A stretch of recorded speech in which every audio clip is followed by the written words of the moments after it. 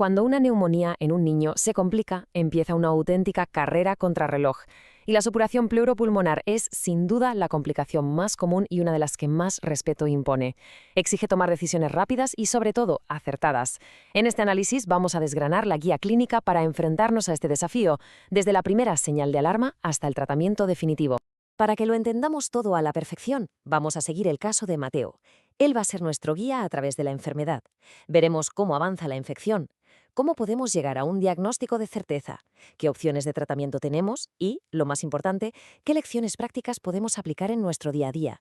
Pues vamos a empezar por donde todo comienza de verdad, en la consulta. Conozcamos a un paciente cuyo caso ilustra a la perfección los desafíos que nos plantea esta enfermedad. Este es Mateo. Tiene solo 4 años y llega con un diagnóstico que ya de por sí preocupa: neumonía complicada. Su estado general al ingreso se describe como regular, y ya sabemos que en clínica la palabra regular es una señal para encender todas las alarmas. El cuadro clínico de Mateo es un libro abierto si sabemos leerlo. No se trata solo de la dificultad para respirar y la fiebre. Presenta signos mucho más alarmantes como la hemoptisis, esa tos con sangre y un enrojecimiento generalizado de la piel. Pero la pieza del puzzle que realmente nos orienta es la radiografía. Nos muestra que tiene bullas, que son como unas peligrosas bolsas de aire dentro del pulmón. Y esto nos lleva de cabeza al primer gran desafío clínico. Con todo esto sobre la mesa, ¿qué patógeno deberíamos sospechar que está detrás de todo este lío? Y por supuesto, la pregunta del millón: ¿qué tratamiento antibiótico empezamos a ponerle ya, de forma empírica, antes de tener los resultados de los cultivos? Para poder responder a esas preguntas sobre Mateo, primero tenemos que entender qué está pasando exactamente ahí dentro, en sus pulmones. Vamos a ver cómo progresa la infección. Estamos hablando de la supuración pleuropulmonar, o SPP. A ver, para que nos hagamos una idea, es como si la infección de la neumonía decidiera que el pulmón se le queda pequeño y se escapara. Salta del tejido pulmonar y coloniza el espacio pleural, esa cavidad que envuelve los pulmones. Es la complicación más frecuente y la que tenemos que frenar en seco. Históricamente, el sospechoso habitual siempre ha sido el Streptococcus pneumoniae. Pero ojo, porque el panorama está cambiando. Estamos viendo un aumento bastante preocupante de infecciones por Staphylococcus aureus y, lo que es peor, de cepas que son resistentes a los antibióticos más comunes, lo que convierte el tratamiento en un verdadero rompecabezas. Pero, ¿por qué algunos niños se complican y otros no? Pues mirad estos datos. Hay factores que van más allá de la biología y que tienen un peso enorme. Una vacunación incompleta contra la gripe, por ejemplo, eleva el riesgo de forma significativa, igual que algo tan común como la exposición al humo del tabaco en casa.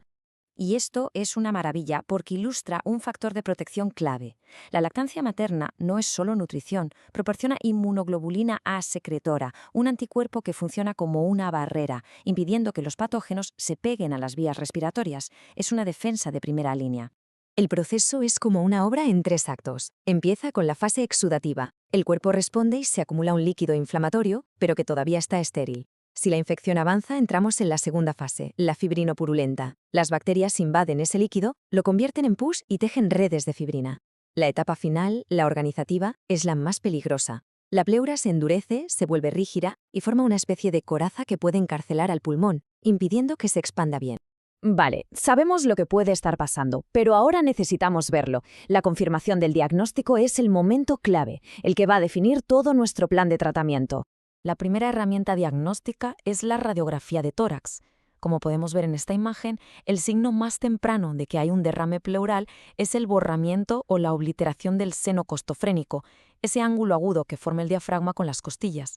Aquí se ve clarísimo cómo hay una opacidad en el pulmón izquierdo.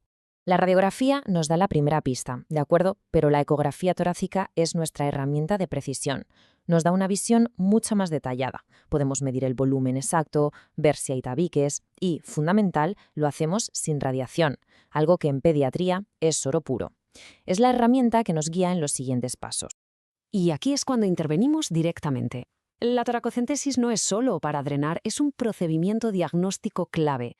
Cada paso, desde cómo colocamos al paciente hasta cómo pinchamos, está diseñado para obtener de forma segura una muestra de ese líquido. Y esa muestra es la que nos va a decir exactamente a qué nos estamos enfrentando y cómo debemos continuar. Una vez que tenemos el diagnóstico confirmado y el líquido analizado, llega la hora de actuar. ¿Cuáles son los pilares de un tratamiento que funcione? Los objetivos del tratamiento son muy directos, muy claros. Primero, controlar la infección general. Segundo, evacuar todo ese pus de la cavidad pleural. Y tercero, por supuesto, conseguir que el paciente se encuentre mejor y respire con normalidad. Para lograrlo nos apoyamos en 3 pilares fundamentales que tienen que funcionar a la vez, en conjunto. El primero es el soporte al paciente, mantenerlo estable. El segundo es el ataque directo al germen con el antibiótico correcto. Y el tercero, si es necesario, es la intervención quirúrgica para evacuar físicamente la infección. La primera gran decisión es el antibiótico, y no es una elección al azar. Para un lactante que está estable, la ampicilina puede ser suficiente, pero si hay factores de riesgo o signos de sepsis, tenemos que escalar a una cefalosporina de tercera generación, siempre con la amenaza del estafilococo resistente en nuestro radar. Y aquí llega un punto de decisión clave.